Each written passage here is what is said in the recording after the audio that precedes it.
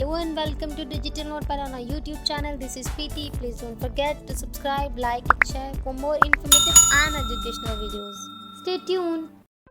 The whole process of American presidential election seems complicated.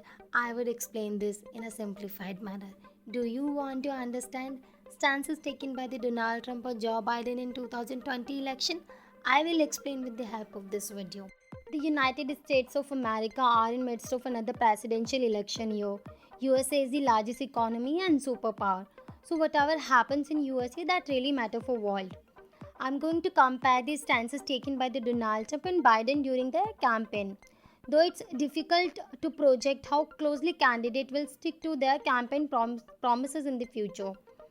I'll also summarize ideology of Republic and Democratic parties and how the American election processes run through.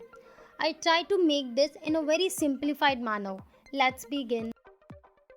The increasingly confrontational US China relationship has aroused international concern and become a central issue in the 2020 election race. So, Donald Trump has been locked in a trade war with China for more than a year, while Joe Biden administration strongly opposed Trump's approach, saying that trade war is crushing American farmers, killing American jobs, punishing American consumers. Donald Trump administration has imposed taxes on billion of dollar worth Chinese import, while Joe Biden has stated that will remove the tariff on Chinese import goods. Donald Trump has accused China for covering up its role in coronavirus crisis while Joe Biden opposed this approach and stated that will focus on work with allies in Europe and Asia to confront the China. So climate change is also another important topic for this election as Trump has expressed a doubt about whether the human activity is responsible for devastating effect from climate change and he has advocated for expanded domestic fossil fuel production with environmental regulations implemented. While Biden considers climate change as a greatest threat to the society, he has released a national plan to reduce emission and has a plan to invest in new technology and infrastructure. Defense and armed force is another important agenda for this election. Trump is in favor to increase the defense spending, major new weapon program, new branch focused on space. He has also promised to wind down US troop commitment in Afghanistan and Middle East while focusing on great power competition with China and other. Biden has often advocated for narrow objective and use of armed force and has expressed like he's cautious of unilateral efforts, emphasizing the importance of diplomacy and working through alliances and global institutions. Economy and immigration is another important one for this election. Trump has stated to focus on traditional business friendly program of lower corporate taxes and fewer environmental health and safety regulations with restriction on immigration and imported goods. Imported goods especially from China.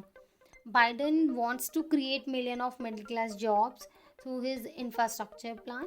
This involves building renewable energy infrastructure and constitutions climate resiliency industries. Protecting American from homegrown hate group has become a priority for many 2020 candidates.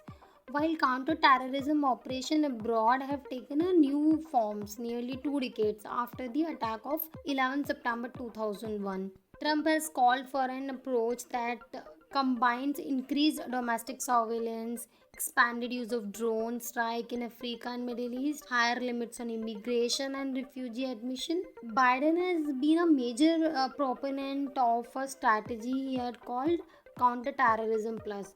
This approach emphasizes fighting terrorist network in a foreign country using small group of US special forces and aggressive air strikes instead of large troop deployment. Let's have a look on major parties present in United States of America, Republic Party and Democratic Party. This doesn't mean that there are not other parties. There are some parties, Tea Party, Green Party, Liberal Party. These are the small parties present in United States of America. So Republic Party is known as a grand old party and known for conservative approach, while on other side Democratic Party is known as a liberal approach. Republic Party famous candidate as Abraham Lincoln, George Bush, Donald Trump, while Democratic Party's famous candidate as Obama, Bill Clinton, John F. Kennedy. So Republic Party focuses on a individual freedom, right and responsibility, and Democratic Party focuses on equality, social and community responsibility. Republic Party favors to flat tax and not support to increase the taxes, while Democratic Party favors to high income, higher tax. Republic Party says as minimum wages should be set by the free market, while Democratic Party support fixed minimum wages. That's not all, because Republic Party support on higher spending on military, while Democratic Party prefers lower military spend. Let's have a look on USA Congress led by President, which is the legislative branch of federal government. USA Congress consists of two chambers, the House of Representatives and the Senate. Senate, the upper house, composed of senator. Each state is represented by two senators. So in total 50 states of USA, 100 senators are there. One senator can serve for 6 years. House of Representatives, the lower house, is composed of representative, and each district is represented by one representative who serve 2 years term. A total of 435 members are in lower house. An election for President of United States of America happen every 4 years on the first Tuesday in November. The next presidential election will be 3rd November 2020. There are 4 phases or steps to overview this USA presidential election. Step 1. The primary and caucuses. People with the similar idea belong to the same political party. This is where primary and caucuses come in. Though primary and caucuses are run differently, they both serve the same purpose.